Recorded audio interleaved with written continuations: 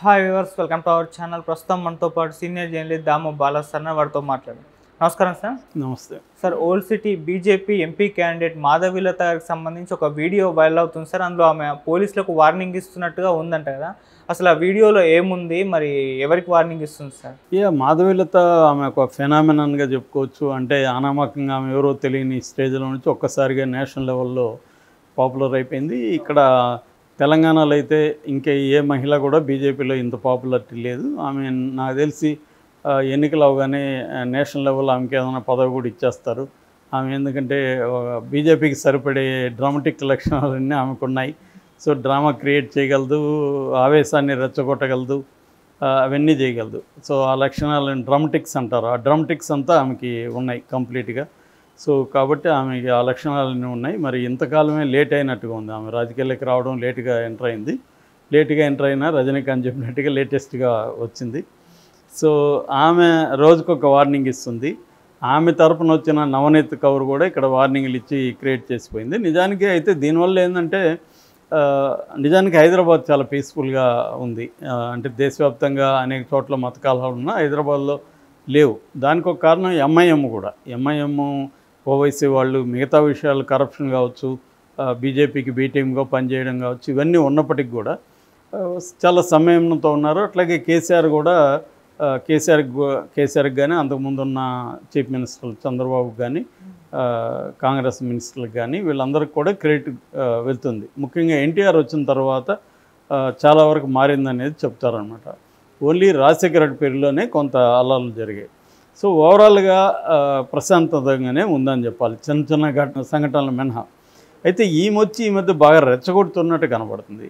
అయితే ఇది నేను ఆల్రెడీ చెప్పాను, బీజేపీ నిజంగానే ఓవైసీని ఓడించాలని ప్లాన్ చేస్తుందా అంటే అదంతా బొస్సే. ఎందుకంటే బీజేపీ ఓవైసీ ఒకటే, వాళ్ళిద్దరు. బీజేపీ గెలవడానికి ఓవైసీ దేశవ్యాప్తంగా తన పార్టీని విస్తరించి దానికి ఏఎంఐఎం అని పేరు పెట్టి ఆల్ ఇండియా ముస్లిం లీగ్ అని ఇత్లహాదుల్ ముస్లిమా అదేదో వస్తుంది.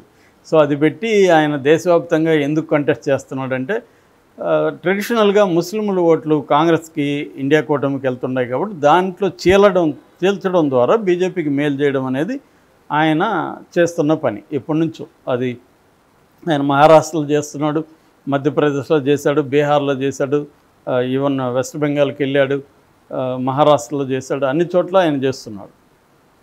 బీహారు, ఉత్తరప్రదేశ్, గుజరాత్లో నిజానికి బీజేపీ గెలుపు కోసం గెలుపులో one of the important factors ఈయనదే.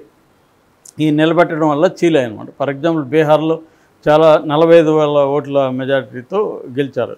అట్లాగే ఉత్తరప్రదేశ్లో 5,000, 10,000 ఓట్ల తేడాతో 100 నియోజకవర్గాలు గెలిచారు. అదంతా కూడా ఈయన పుణ్యమే అని చెప్తారనమాట. అలాగా బీజేపీ ఎంఐఎం ఒకటే యాక్చువల్గా. ముస్లిము, హిందూ అయినా నేను చాలాసార్లు చెప్పాను, బీజేపీకి కూడా హిందువుల మీద ఏం ప్రేమ లేదు, వాళ్ళకి అధికారం మీద ప్రేమ ఉంది. అధికారం కోసం హిందువులు ఉపయోగపడతారు కాబట్టి హిందువులను ఉపయోగించుకుంటుంది. అట్లాగే ఈయనకి కూడా ముస్లింల మీద ప్రేమ లేదు. ముస్లింలు తన అధికారానికి, తన ఆధిపత్యానికి పనికొస్తారు కాబట్టి ఈయన వాడుకుంటుంటాడు. వీళ్ళిద్దరూ గోల్ ఒకటే, వీళ్ళిద్దరి గోల్ అధికారమే. ఇక్కడ ముస్లింలు, హిందువులు అనేది సాధారణ ప్రజలు కొట్టుకుదావాలి తప్ప వీళ్ళిద్దరికి ఏమీ లేదు.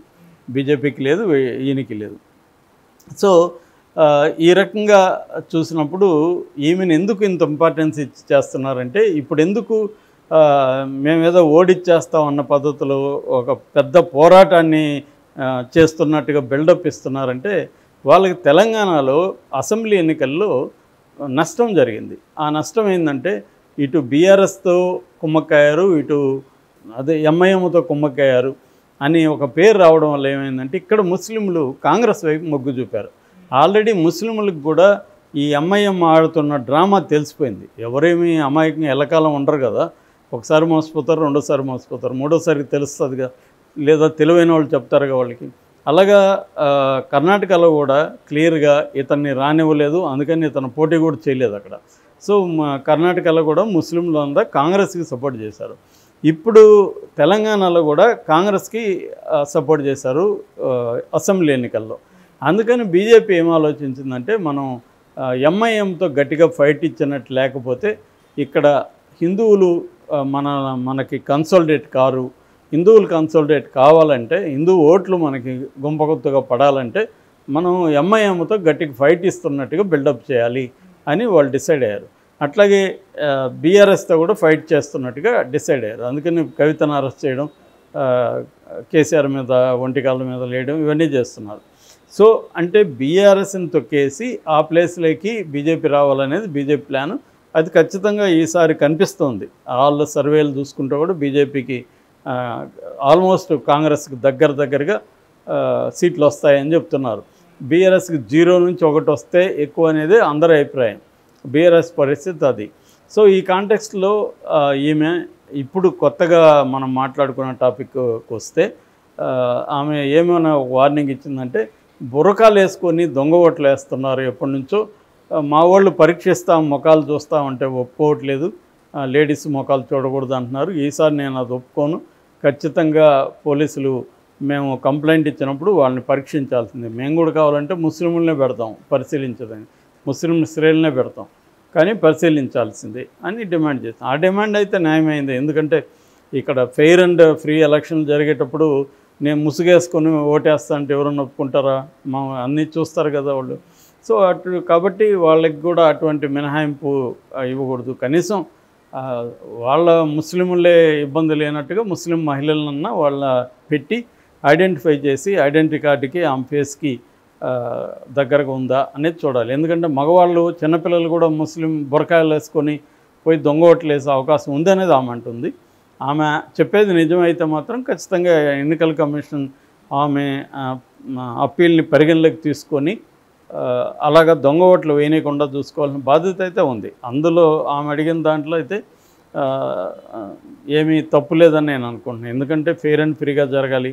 వేరే వాళ్ళు ఇట్లా ముసుగులు వేసుకొని మేము వేస్తూ ఉంటే కుదరదు కదా.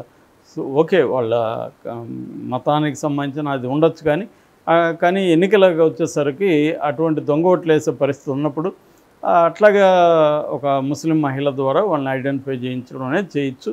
వాళ్ళు కూడా దానికి ముందుకు రావాలి. ఓవైసీ కూడా ఎస్ మేము దొంగ ఓట్లు లేదు, మేము రెడీగా ఉన్నాం మీరు ప్రూవ్ చేసుకునేదానికి అని ఆయన కూడా ముందుకు రావాల్సిన అవసరం ఉంది. కానీ లేదు మమ్మల్ని ఎవరు చెక్ చేయడానికి లేదు, మేము ఇష్టం వచ్చినట్టు చేస్తామంటే మాత్రం ఇబ్బంది అవుతుంది.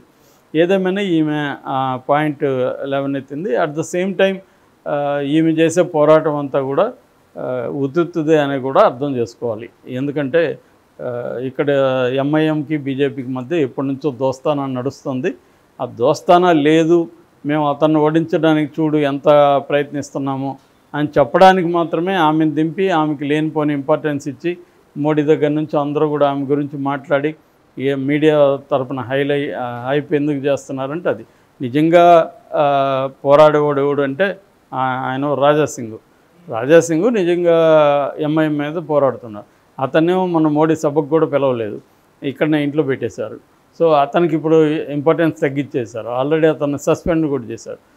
పోరాడేది అతను గట్టిగా, ఎందుకంటే అతనికే ఓల్డ్ సిటీలో ఉండే హిందువుల మద్దతు అంతా కూడా అతనికి ఉంది. ఎందుకంటే ఎక్కువగా నార్త్ ఇండియన్స్ ఉంటారు, ఇతను కూడా నార్త్ ఇండియన్ కాబట్టి ఉత్తరప్రదేశ్ నుంచి వచ్చిన వ్యక్తి కాబట్టి ఇతనికి బలం ఉంది అక్కడ. కానీ బీజేపీకి అతనితో ఇబ్బందులు ఉంది. ఎందుకంటే బీజేపీ ఎప్పుడు తీవ్రంగా ఉండాలా, ఎప్పుడు మోడరేట్గా ఉండాలా, ఇవన్నీ ఆలోచించి రాజకీయాలకు చేస్తుంది. నేను ఇంతకుముందు చెప్పినట్టుగా బీజేపీకి హిందువుల మనోభావాలకో లేకపోతే హిందువుల ప్రయోజనాల కంటే కూడా తన అధికార ప్రయోజనం అనేది వెరీ ఇంపార్టెంట్ కాబట్టి సో ఎప్పుడు రెచ్చగొట్టాలి, ఎప్పుడు తగ్గి ఉండాలనేది వాళ్ళకి ఒక లెక్క ఉంటుంది. ఆ లెక్కలోకి ఇతను ఇమడట్లేదు రాజాసింగ్. అందుకని ఇతను పక్కన పెట్టి ఇప్పుడు ఆమెకి ఇచ్చారు. సో ఆమె తరపున ఇతను వెళ్ళను కూడా వెళ్ళట్లేదు. సో అది బేసిక్గా.